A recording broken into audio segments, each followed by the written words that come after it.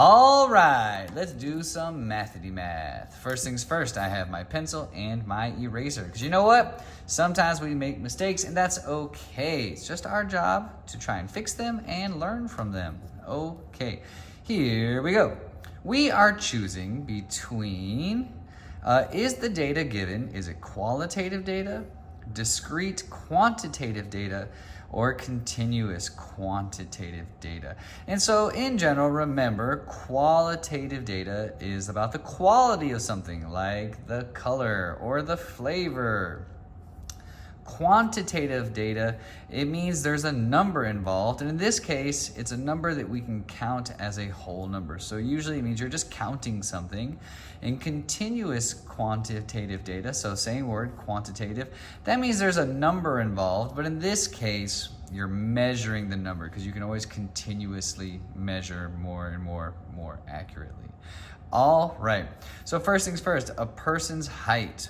So height is measured in numbers, so I know it will be quantitative. And because measuring is a continuous process, I know that it will be continuous quantitative data. And you know what? Instead of making you guys watch me write this out, because that might take a bit too long, I'm just gonna use the magic of technology. I'm gonna snap my fingers, and voila, your answer is there. Okay, moving on. It says data that deals with a numerical value that is counted is, well, it's counted. That means there's a number. That puts us into quantitative area. And remember, we're counting, not measuring, so we just say discrete. And here you go. Next one, hair color. Okay, so hair color is a quality. It's a quality, so that would be an example of qualitative data because there's no number involved. Okay. Counting, big clue. When you see counting, you probably in the quantitative area, right? Because we're counting the number, counting numbers of black cats. They're trying to trick you. They're trying to make you find the color and maybe think it's qualitative, but it is not. Because you are counting, it's discrete quantitative data. And last one, shirt sizes, right? XL, extra small, small, medium, large, and extra large. Okay, though there's no numbers involved in that case, so we call it qualitative. Tricky. And boom, we are on to the next question. It says, looking at the box and whisker diagram, give a 5-point summary of the data set.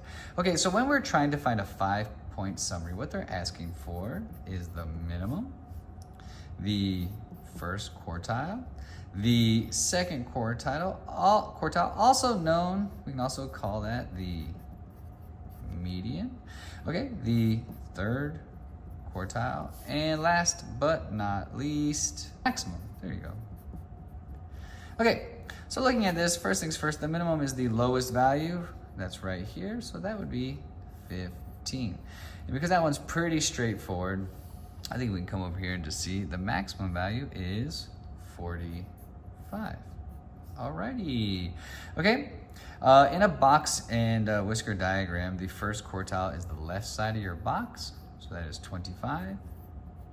The third quartile is the right side of your box, so that is 35, okay? And the median is the line in the middle, so that would be 30.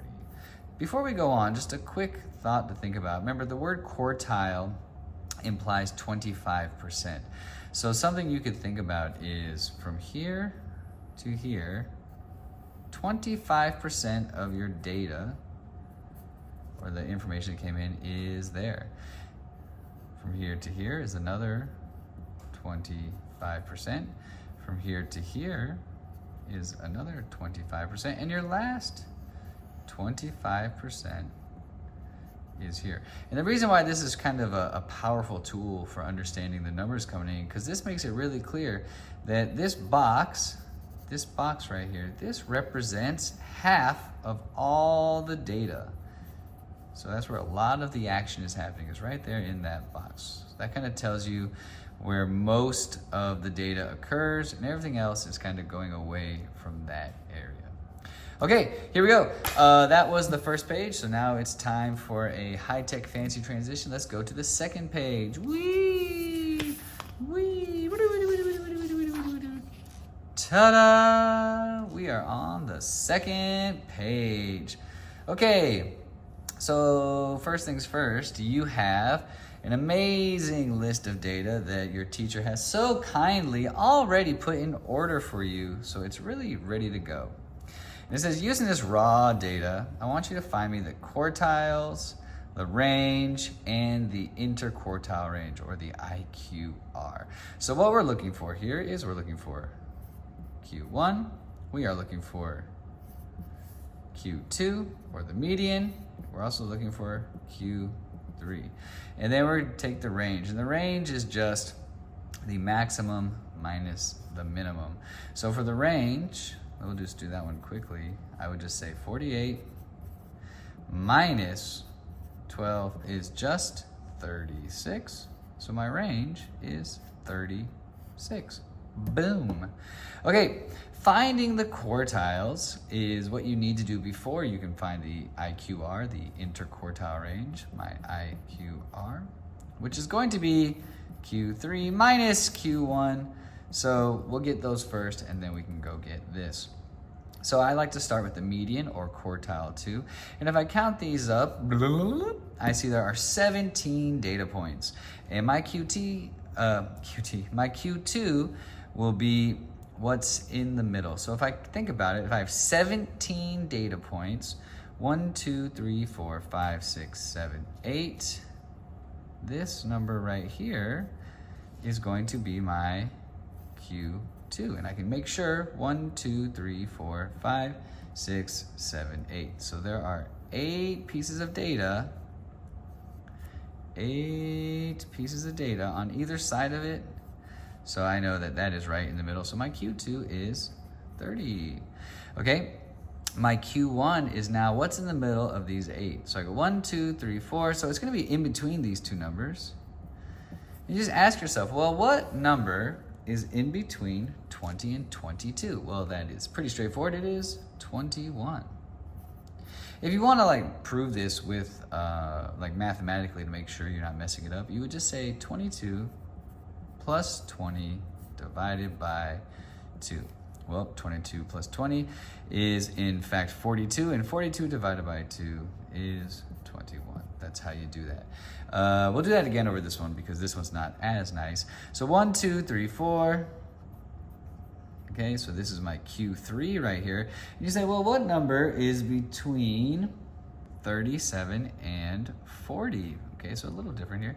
If you're not sure how to do that, you can just say 37 plus 40 and divide it by 2. And if you do that math, you're gonna get 77 divided by 2, which is 38.5. Okay, so for your IQR, you just say 38.5 minus 21, and my IQR is 17.5. There you go. Boom, and boom, boom. Hooray! All right, number 12. So using the same raw data, it says make me a stem and leaf diagram. Okay, so stem and leaf diagram is that idea. You have a stem and you have the leaf, and that's the start of our stem and leaf diagram. And the first thing you want to do is break your numbers down into groups of 10. And so you start, the first one you do would be like 0 to 9, and then 10 to 19, 20 to 29, so on and so forth. So these are already in order, so that's really nice. So I have nothing 0 to 9. So if you think about the numbers over here, I would have, I'm thinking I'm using 12, 15, 18, and then my 20s would be 20, 22, 25, 26, 28. And this is just my work. This is my diagrams over here, my answers over here. I'm just kind of showing you where it's coming from. And then we do 30, 31, 32, 35, 37. And finally, 40, 42, 45, and 48. Quick check. 1, 2, 3, 4, 5, 6, 7, 8, 9, 10, 11, 12, 13, 14, 15, 16, 17. Okay, they're all there. Okay, so then come over here. What you're basically doing is you're taking the first number, the tens place, and so I put the 1 there. And then I take the 1's values and I put them over here. So I have a 2, a 5, and an 8. And that represents 12, 15, and 18. You notice I don't put any commas, and I just try to make it nice and clear, and I can pull that out, okay? So next number in front is 2, and it would be 0, 2, 5, 6, and 8. I'll just pull that out, makes it all underneath. There we go. Next we have my 30s. So it's 0. I'm gonna have a 1, a 2, a 5, and a 7. 1, 2, 5, 7. And for my 40s, I'm gonna have a 0, 2, 5, and 8. 0, 2, 5, 8. 0, 2, 5, 8. Once again, I always like to check, make sure I didn't mess this up. So 1, 2, 3, 4, 5, 6, 7, 8, 9, 10, 11, 12, 13, 14, 15, 16, 17. Shibuya. We're all there, and this right here is your stem and leaf diagram. Boom. All right, next one, using the raw data, the same numbers up here. Let me just see if I can do both. Maybe we can make it fit. Pretty good. Okay, so we use this data up here. Oh, you know what? I can just use this data here. This will be fine, okay? Anywho, I need to make a box and whisker diagram. So I'm gonna use a ruler first to lay out my scale so I can make sure everything's all nice and beautiful. Chapow, there we go. So you see here, I got my scale going. On the lower end, because my smallest value is 12, I'm gonna start here with 10. And my maximum is 48, so I'll just make this 50. And essentially what I'm doing is I'm gonna go up by 5. So I got 10, 15, 20, 25, 30, 35, 40, and 45. Okay, so my minimum value is 12. So let's see here, 1, 2, 3, 4, and 5. So my minimum value is right there. Okay, my maximum value was 48. So 46, 47, 48, 49, 50. So 46, 47, 48. There we go, there's my maximum. Next up, I can actually just use this information right here. So my Q1 was 21. That's that. My Q2 was 30. That's that. Oh man, you guys can't see me. There we go, sorry about that. So 21, 30, and my Q3 was 38.5. Well, this will be fun. So let's see here, 36, 37, 38, 39, 40, 36, 37, 38, so 38.5 right about there. Okay, make my whiskers, make my box. Wunderbar, there you go, a beautiful box and whisker diagram. Okay, and if I wanted to make it a little nicer and more beautiful, I definitely could have used my ruler, would have helped, but there we go. All right, finally it says, looking at the data, are there any outliers? Justify your answer. Okay, so remember, to find an outlier, you take your Q1 value and you subtract from it 1.5 times your IQR. And to find your upper boundary, you take Q3 and you add to it 1.5 times your IQR, okay? So we need to find this value first, and then it's pretty straightforward. We can just like substitute in. Okay, so I'll do some work down here and we'll figure this part out. So I know my IQR is 17.5, and so if I do 1.5 multiplied by my IQR, which we just said was 17.5, I will get the value of, let's see what we got here. 1.5 multiplied by 17.5, 26.25. Fantastic. All right, so coming here, all we have to do is now kind of substitute. Q1 we know is 21. So 21 minus 26.25. Okay, that'll be my first piece of it. Coming for this next part, we can check. Q3 was 38.5. I'm gonna add to that 26.25. All right, let's just see how this looks on the calculator, okay? So 21 minus 26.25 gives me negative 5.25, okay? And I'll show you what that looks like in a second. And then 38.5 plus 26.25 gives me 64.75. Okay, let's look at what that means. My lower boundary is a negative number. That means it's way, let's see, that would be like 5, that's like 0, that's like negative 5. It's way down here, right? Nothing is outside that lower boundary, nothing's on the left of that lower boundary, so we know there's no low outliers. And up here, my upper boundary is 64.5. So we got 50, let's see here. I have about 55, 60, there's 60. So it'd be about like here. And there's my upper boundary, right? So are there any outliers? You can say no. And when it says justify your answer, I mean, I'm inclined to say you could probably just draw an arrow up to this diagram, or you could say something along the lines of all the data is inside the boundaries, and that should make it clear you understand what you're saying. And that is that. Boom. Let's go to the next page.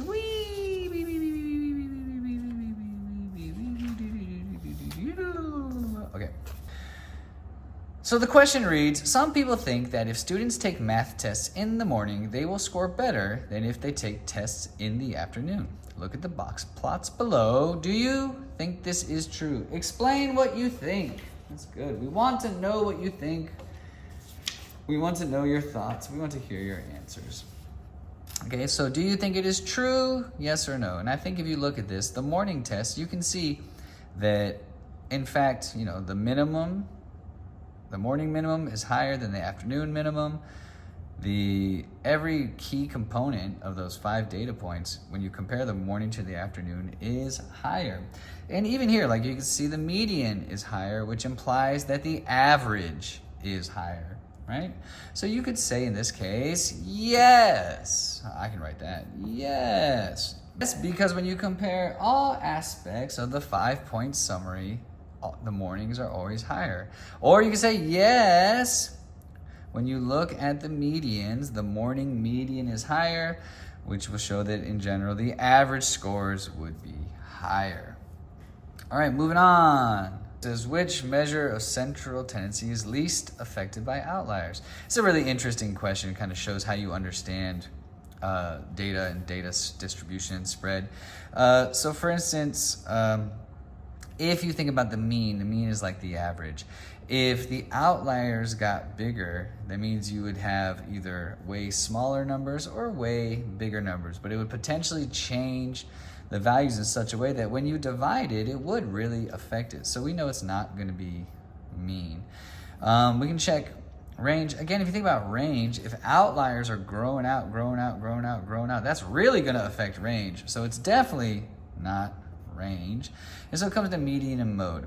And if you think about it, like for instance in this case, if this is just the middle value, the median value, if this number instead of like 95 became 100, it actually doesn't change that middle value. It's still the number in the middle. It's still a data point in line.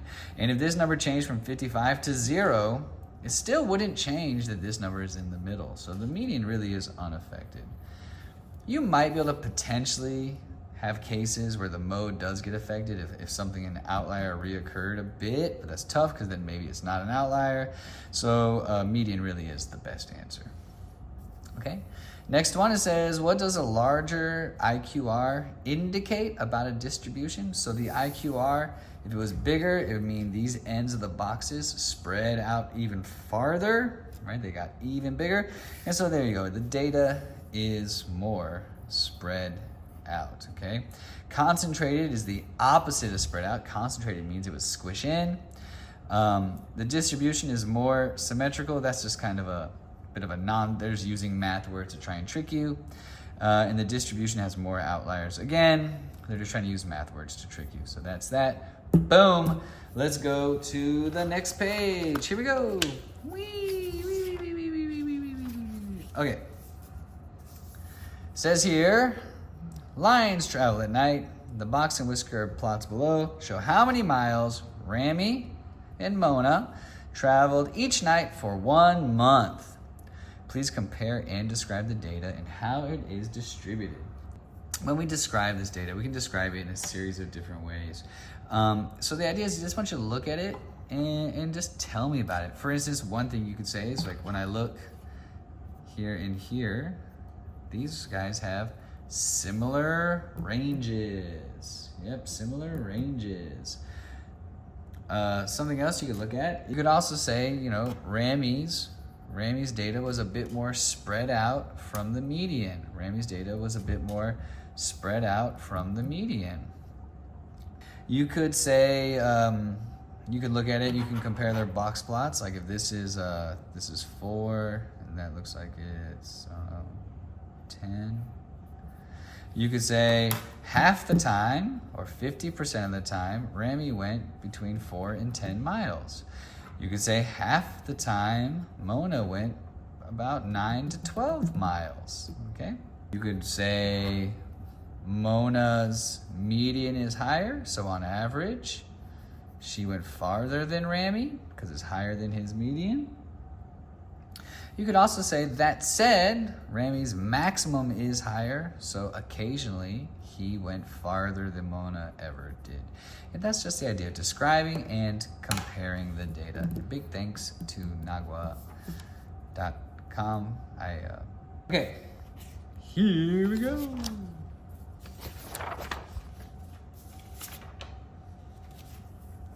The last question or series of question is looking at a frequency table. And when we get to the question, it says they want you to calculate an estimate for the mean number of words in each sentence. Okay, so remember it's an estimate because we have this grouped data. And so because the data is grouped, there's not like an exact answer. We're just getting a feel for the information. So first things first, we do need a mid-interval,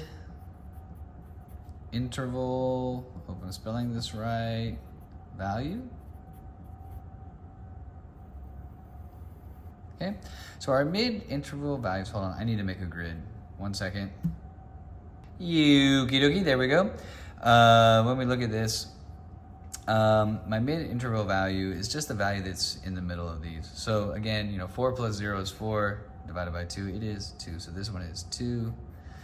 9 plus 5 is 14. 14 divided by 2 is 7. And I think at this point you'll see the pattern. We're just adding 2 to this first number. So we got 7, 12, 17, 22, 27, 32, 37, and 42. Voila, those are our mid-interval values. There we go. And the next piece that we need right over here, so we have our mid-interval value, is what do we get when we multiply our frequency times our mid-interval value? So basically it's saying, how many times did this happen? So we just gotta do some basic math. And again, if you wanna crank out your calculator to make sure you get these numbers correct, of course I encourage that.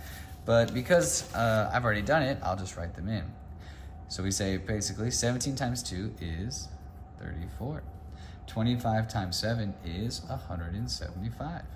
30 times 12 is 360. 12 times 17 is 204. 10 times 22 is 220. 220. 3 times 27 is 81. 2 times 32 is 64. 0 times 37 is 0. And 1 times 42 is 42. And if you added all those up, you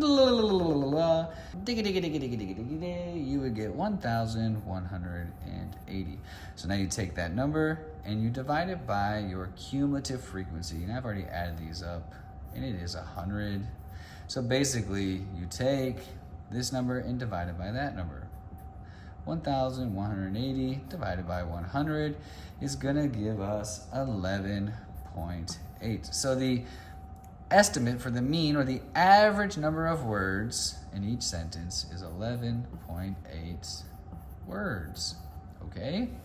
So it says, does this make sense in a real world context? That's an interesting question. I mean, you can say yes because your math was good, right? It is yes. But you can also note that, we rarely count pieces of words. So in reality, we should probably say 12 just so that we're using, whole words, because this would imply that we cut a word off halfway through. For instance, the point A would be like, instead of words, we said word, right? That's silly.